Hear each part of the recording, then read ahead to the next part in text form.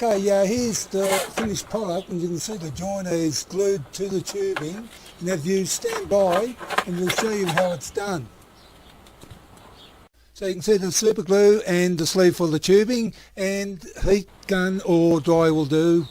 As you can see, I've already heated at a low heat just to make it pliable. So you get your first piece of tubing, get the super glue, and you apply it around the tubing, on the outside of course. Make sure you get it, spread it evenly to make sure that it's all around, that way you get a waterproof seal. So you get your sleeve and you insert it in one go and try to get it right at halfway. So you get the other piece of tubing, do exactly the same.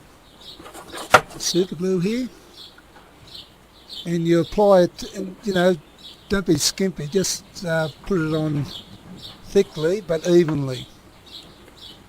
And once you've got it and you go to put it in the sleeve, just remember it's once it's in, it's right, so you want to do this all in one go, like that. And there you have it. And I suppose, well, that's about it.